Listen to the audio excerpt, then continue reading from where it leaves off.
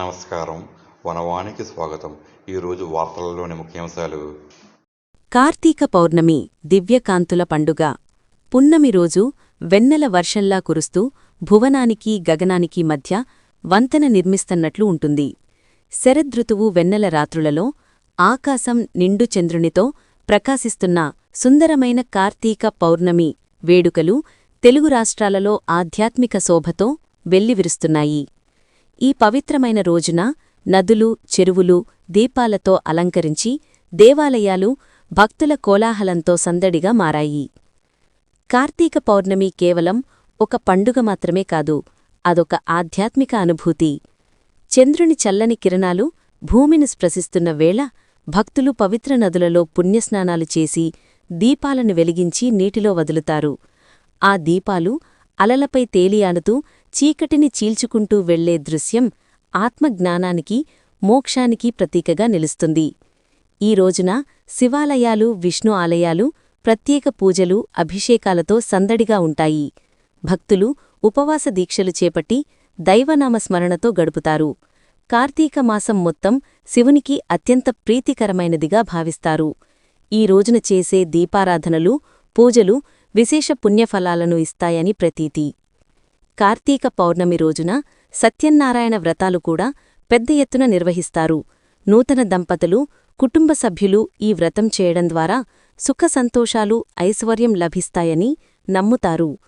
పల్లెటూళ్లలో రైతులు తమ పొలాల వద్ద దీపాలను వెలిగించి మంచి పంటలు పండాలని కోరుకుంటారు. కొన్ని గ్రామాలలో జ్వాలతోరణం నిర్వహిస్తారు. అందులో ఒకచోట గడ్డిని తోరణములా అలంకరిస్తారు. ఆ తోరణం కిందనుంచి పల్లకిలో దేవుడిని తీసుకెళ్తారు. అనంతరం ఆ తోరణానికి నిప్పు పెడతారు. దాని క్రింది నుంచి భక్తులు వెళ్తారు. ఈ కార్యక్రమం తూర్పుగోదావరి జిల్లా బిక్కవోలు మండలం కొంకుదురు గ్రామంలో బుధవారం సాయంత్రం అత్యంత మనోహరంగా జరిగింది. పట్టణాలలో ఇల్లు, వ్యాపార సముదాయాలు దీపాలతో అలంకరించబడి పండుగ శోభను రెట్టింపు చేస్తాయి. ఈ కార్తీక పౌర్ణమి వేడుకలు మన సంస్కృతి, సంప్రదాయాలు, ఆధ్యాత్మిక చింతనను ప్రతిబింబిస్తాయి.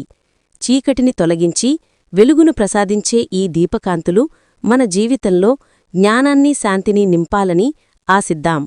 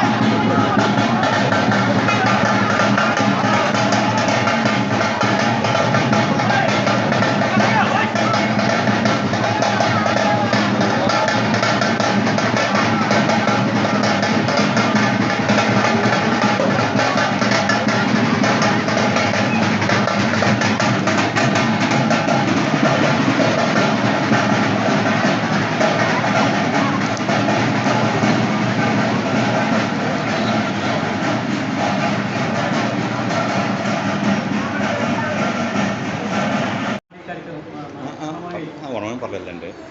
మామిడి చెప్పండి, గట్టిగా చెప్పండి. ఇవాళ ఈ కార్తీక పౌర్ణమి సందర్భంగా జరిగే జ్వాలాతోరణం మా పడాలవారి వంశపారంపర్యంగా కార్యక్రమం వస్తుంది. అలాగే ప్రతి సంవత్సరం మా కుటుంబాల్లో ఒక్కొక్క వంశానికి ఒక్కొక్కరికి వంతుల వారీగా ఈ కార్యక్రమం జరుగుతుంది. ఇప్పటి నుంచో మా పూర్వీకుల నుండి కూడా, మా తాత ముత్తాతల నుంచి కూడా ఈ కార్యక్రమం నిర్వహించడం జరుగుతుంది. ఎప్పటిలాగే ఇప్పుడు కూడా మా వంశీకులందరూ కలిసి ఈ కార్యక్రమాన్ని చేస్తున్నారు. తర్వాత ఈ కార్యక్రమం మా వంశీలు ఎక్కడున్నా సరే వాళ్ళు ఈ కార్యక్రమాన్ని జరిపించి అవసర దగ్గరలో ఉంటే వాళ్ళు ఇక్కడ విచ్చేసి ఈ కార్యక్రమాన్ని చూసి తెలుస్తూ ఉంటారు. తర్వాత ఊరి ప్రజలకు సహకారం కూడా మాకు ఈ కార్యక్రమానికి ఉంటుంది.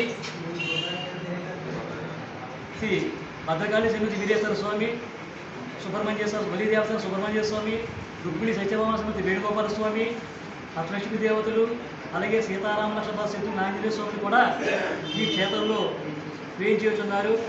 హిమజపతి మహారాజా గారు ఈ ఆలయాన్ని నిర్మించినారు. కొంత భూమి ఈ ఆలయానికి ఇచ్చి వంశపారంపర్యంగా ఇక్కడ బ్రాహ్మణులు చేస్తూ ఉన్నారు. అయితే ఈ జ్వాలాధారణ కార్యక్రమాన్ని మా పడాల వారి వంశీయులు మాత్రం దక్కింది. మరి మా పూర్వీకులు బట్టి కూడా ఈ కార్యక్రమం నిర్వహిస్తున్నాం. ఎప్పట్లా ఈ సంవత్సరం కూడా మా వంతైన పడాల అపరతాత గారు వంతు వాళ్ళ వంశీకులు పర్వతపురం ఉంటే వాళ్ళు ఇక్కడికి వచ్చి ఈ కార్యక్రమాన్ని జయప్రదం చేశారు. ఇది మా అందరి అదృష్టం. మనకి అవకాశం ఇచ్చిన